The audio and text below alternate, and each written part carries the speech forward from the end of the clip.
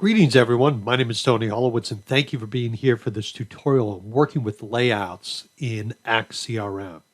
So in the first tutorial, or in a previous tutorial, I talked about things you do when you're starting to work on a layout. But another little step is this.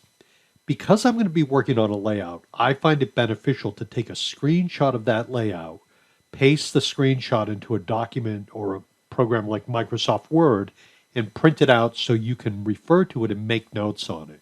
Because some of the things I'm going to show you in a couple seconds in the next tutorial, you'll want to have a copy of that. So I'm currently looking at my Act Premium Cloud account in Microsoft Edge. And because I'm in Edge, I'm going to right click and I'm going to go down to where it says Web Capture. I'm going to literally just draw what I want to capture. And that's really all I need, just the fields and the sort of the labels. And now I'm going to click on copy.